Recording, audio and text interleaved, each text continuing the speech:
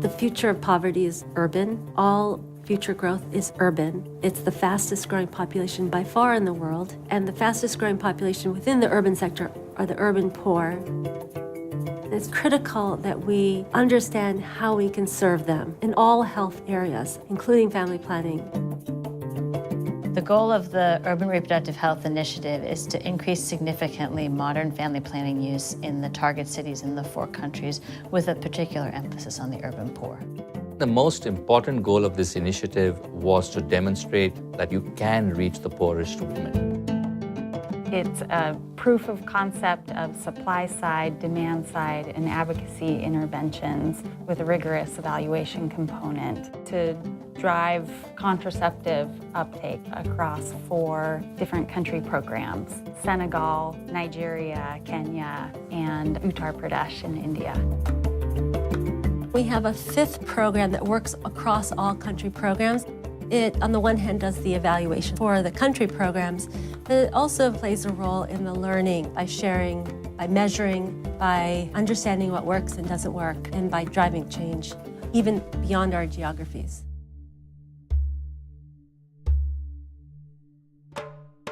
The Measurement, Learning, and Evaluation Project's goal was to evaluate the programs in all 4 countries and to provide lessons for the global community on what works in terms of family planning for these urban settings. These are multifaceted programs with lots of different supply and demand side interventions, so that it couldn't be a small-scale M&E type approach because there were just so many program components. The challenge that they posed to us is that they wanted to be able to measure the impact of these programs component by component, as opposed to just did this program as a group of interventions work. They wanted to know which one specifically worked and why.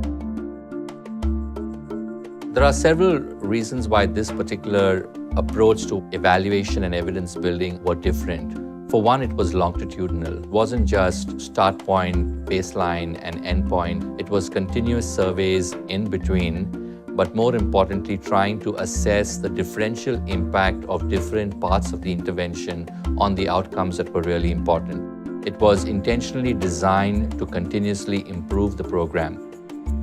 The data also enabled them to speak to these impactful interventions in a way that was going to be meaningful to government partners, to other donors, to academics.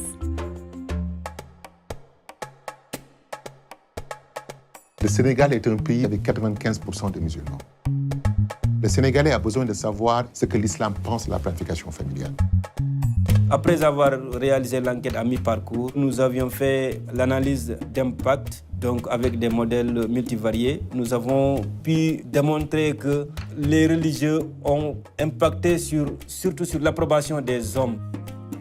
Les hommes qui ont eu à entendre un leader religieux parler en faveur de la planification familiale, ces hommes-là étaient plus favorables à approuver la planification familiale que ceux qui n'ont pas entendu ce leader religieux.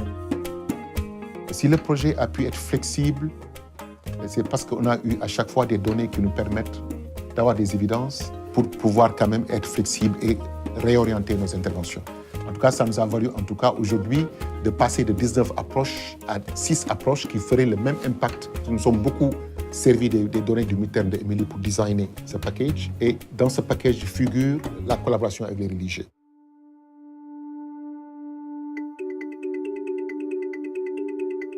Kenya is a country with a population of about 43 million, but the growth rate is very high, meaning that every year we are increasing by about 1.1 million.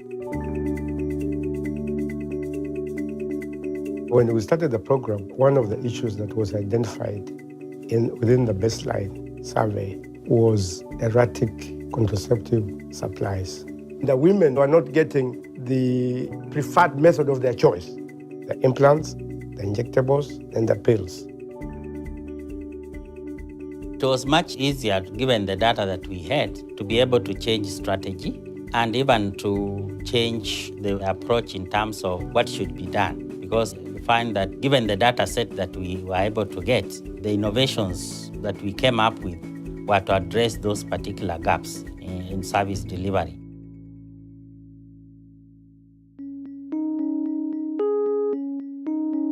In the Indian context, you have a large number of states at or below the replacement level fertility. And then you have these handful of very big, important states above the national goals. Our goal was to meet the needs of those people with an express need for family planning in a context where awareness and knowledge of family planning was high. Data was a very important pillar of our strategy. We used the evidence and data we had available at baseline to identify those strategies that we were going to prioritize. And at midline, we used the program data that was generated by the MLE group to adjust what we were doing. We refined our measures of exposure to community health workers based on what we were finding at midterm. So I think it's not just how the evaluation informed the program, but how the program also informed the way we measured the exposure to community health workers. In this particular context, where they were lacking is how to make the decision about which method, where to go, how to get it, what the entitlements were. So that one-on-one contact was very important to figure out the specific referral points. And that individual contact between the outreach worker or ASHA and the woman made all that difference.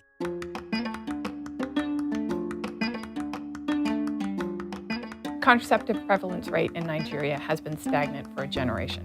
There have been some interventions to try to change that, but they haven't been fully focused, and they haven't necessarily taken into account both the supply side barriers and the demand side barriers.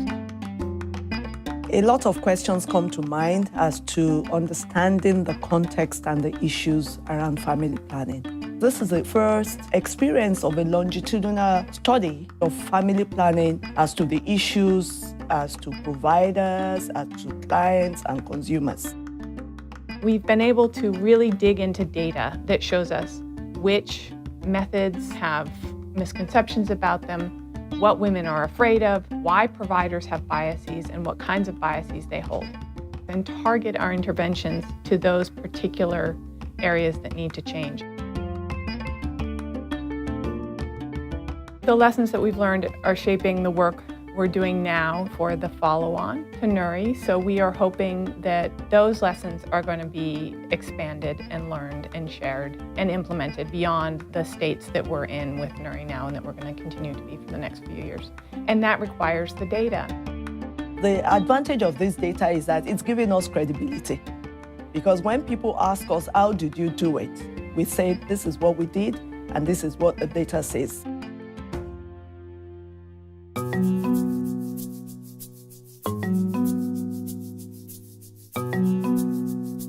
So key to all our interventions is building high-quality evidence that can shape the thinking, policies, and practices of a larger community of practice. And that's why it was really important that a pretty intensive evaluation was mounted so that we were able to make the case with governments, with other donors, to invest more into these programs.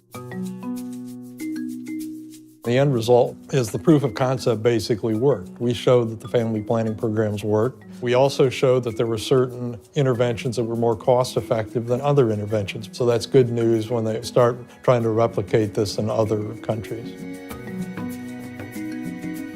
We have set ourselves an ambitious goal of reaching 120 women by 2020, and an even more ambitious goal of reaching universal access by 2030.